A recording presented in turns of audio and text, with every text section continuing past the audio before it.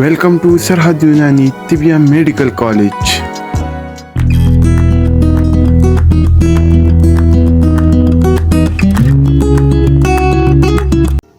آج ہم بات کریں گے کہ جو پریکٹیشنر حضرات ہیں، جو معالجین ہیں، وہ جب میڈیسن پرسکرائبڈ کر رہے ہوتے ہیں، یعنی جو اپنی پرسکرپشن دے رہے ہوتے ہیں، تو اس میں ان کو کس طرح سے ادویات جو ہیں وہ لکھنی چاہیے۔ اب سب سے پہلے تو اخلاق کے لحاظ سے آپ کو جاننا چاہیے کہ اگر خلط صفرا کی زیادتی ہے تو آپ کو ادراری ادویات لازمی لکھنا ہوں گی، یعنی پیشاب آور ادویات آپ کو لازمی لکھنا ہوں گی۔ دوسرے نمبر پر اگر خلط صدا کی زیادتی ہے تو آپ کو ملین یا مسہل ادویات لازم لکھنا ہوں گی۔ پھر اگر خلط بلغم کی زیادتی ہے تو دین بھی آپ کو ملین ادویات ساتھ میں لازمی لکھنا ہوں گی۔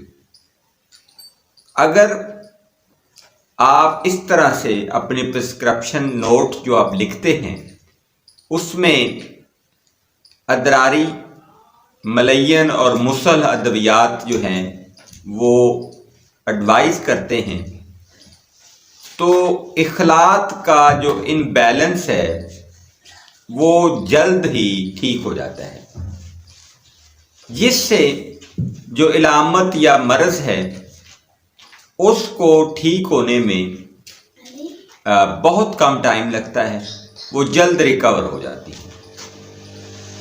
دوسرے نمبر پر آپ کو جو ضروری چیز اپنی پرسکرپشن میں رکھنی ہے وہ یہ ہے کہ آپ کو جسمانی کمزوری کی ادویات یا مقوی ادویات جو ہیں وہ ساتھ میں اپنے پرسکرپشن نوٹ میں لازم لکھنی ہے۔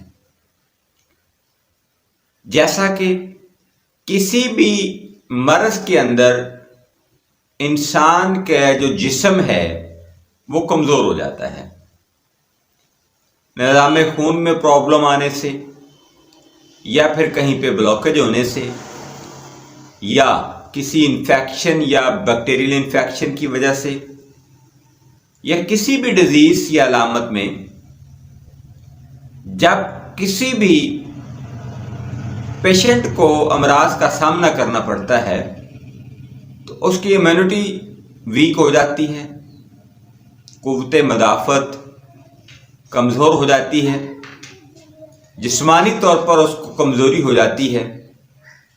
تو لہٰذا جب بھی آپ میڈیسن کی جو پرسکرپشن نوٹ ہے وہ لکھیں، یعنی آپ پرچی لکھیں ادویات کی، تو آپ کو دوسرے نمبر پر جس کا خیال رکھنا ہے وہ مقوی ادویات، یعنی جسمانی کمزوری کو دور کرنے والی جو ادویات ہیں وہ آپ کو لازم لکھنی ہے، تاکہ آپ کا جو مریض ہے وہ ادویات کو استعمال کرنے سے ایک تو اس کی قوت مدافعت بڑھ جائے تاکہ وہ مرض یا علامت کے خلاف مضبوطی سے اپنا دفاع کر سکے، جس سے مرض یا علامت جلدی ریکور ہوتی ہے۔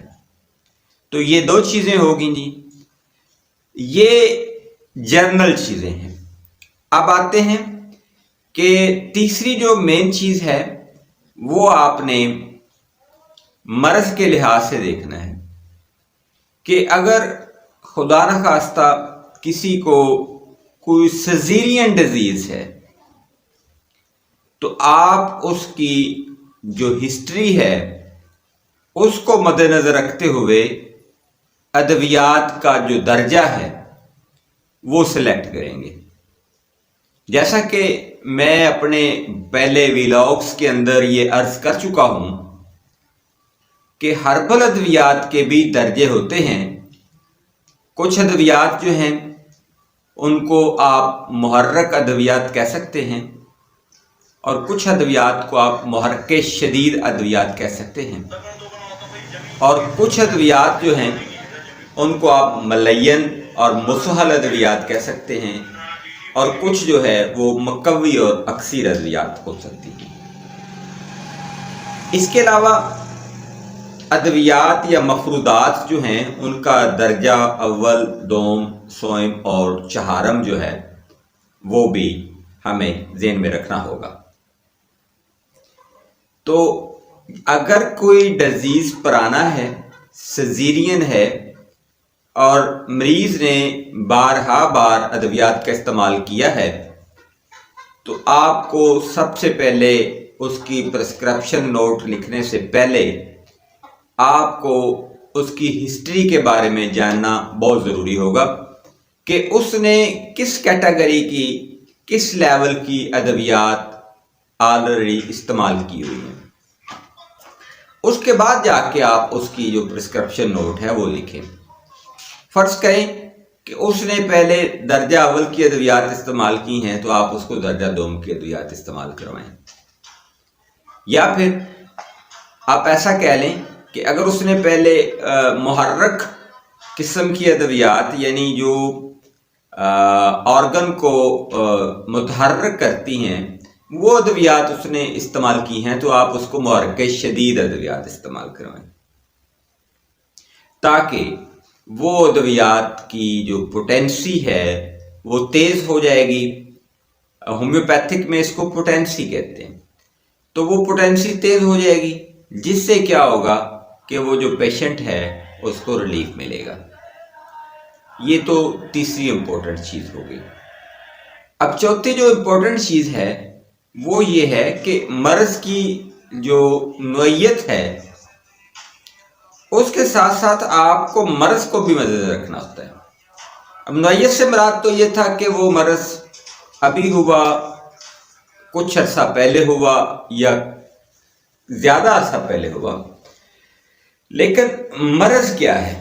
بعض دفعہ ایسا ہوتا ہے کہ جو انفیکشن یا مرض ہوتا ہے وہ بہت زیادہ، اگر اس کو ایزی لے لیا جائے تو جانی نقصان ہو سکتا ہے۔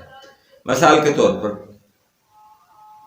اگر کسی کو ہیضہ ہے تو فوراً سے آپ کو اس کا ٹریٹمنٹ کرنا ہوگا، تو ایسی ادویات دینی ہوں گی جس سے اس کا جو ڈائجسٹو سسٹم میں جو پرابلم ہے ڈائریل انفیکشن کی وجہ سے، یعنی اس کو جو وامنٹ ہو رہا ہے یا پھر اس کو جو لوز موشن پاس ہو رہے ہیں، تو ان کو فوراً بند کرنا ہوگا۔ یہ نہیں ہے کہ آپ یہ کہیں کہ جی نہیں 4 گھنٹے میں یا 6 گھنٹے میں یا 8 گھنٹے میں آپ اس کو بند کریں، تب تک وہ جو پیشنٹ ہے اس کا بہت زیادہ نقصان ہو چکا ہوگا۔ اس طرح سے اگر کسی کو بلیڈ ہو رہا ہے، بلیڈنگ ہو رہی ہے، چاہے خواتین ہیں چاہے مرد ہیں، تو کئی ایسے ڈیزیزز ہیں خواتین کے بھی جن میں بلیڈنگ بہت زیادہ ہوتی ہے، تو اگر وہ بہت زیادہ بلیڈنگ ہے تو وہ نقصان دہ ہے۔ تو سب سے پہلے وہاں پہ حبس دم ادویات آپ کو استعمال کرنا ہوں گی۔ پھر اس طرح سے اگر کسی بندے کو بارہا بار ٹمپریچر ہو رہا ہے اور وہ ٹمپریچر کا جو لیول ہے وہ 100+ فارنہائٹ پہ جا رہا ہے، تو آپ کو فوراً سے بخار اتارنے والی ادویات جو ہیں وہ استعمال کرنا چاہیے۔ تو لہٰذا پرسکرپشن نوٹ کے اندر آپ کو جو چوتھی امپورٹنٹ چیز ہے وہ مرض کو دیکھنا ہوگا کہ مرض کون سا ہے۔ اب کئی دفعہ ایسا ہوتا ہے کہ پیٹ میں بہت زیادہ شدید درد ہوتا ہے، اور ہم لوگ جو ہے وہ کسی ایسی دوائی کے سہارے پہ بیٹھ جاتے ہیں کہ جس سے پہلے تو وہ درد کی جو وجہ ہے اس کو ٹھیک کیا جاتا ہے اور پھر درد کو ٹھیک کیا جاتا ہے، تو اس سے آپ کی جو پرسکرپشن نوٹ ہے اس کو چیلنج کیا جا سکتا ہے۔ کوئی اور معالج یا پریکٹیشنر جو ہے وہ پہلے تو اس درد کو بند کرے گا تاکہ جو پیشنٹ یا مریض ہے وہ سکھ کا سانس لے سکے، اس کے بعد اس کے کاز یا وجہ کو ٹریٹ کیا جا سکے گا۔ تو یہ زیادہ بہتر ہوگا بجائے اس کے کہ آپ پہلے کاز یا وجہ کو ٹریٹ کریں اور اس کے بعد درد یا پین کو بند کریں۔ تو لہٰذا یہ بھی آپ کی پرسکرپشن کے اندر بڑی امپورٹنس کی حامل چیز ہے۔ نیکسٹ جو چیز ہے وہ یہ ہے کہ بعض دفعہ دیکھا گیا ہے کہ حکماء حضرات مہینے مہینے کی ادویات پرسکرائب کر رہے ہوتے ہیں، خدا را ایک ہفتے سے زیادہ لمبے پیریڈ کی ادویات پرسکرائب نہ کریں۔ تو یہ تو تھے جی پرسکرپشن کے جو اصول اور ریکوائرمنٹس ہیں۔ امید ہے آپ کو میرا یہ ویڈیو پسند آیا ہوگا۔ مجھے اپنی دعاؤں میں یاد رکھیے، اپنا بہت سارا خیال رکھیے گا۔ فی امان اللہ، اللہ حافظ۔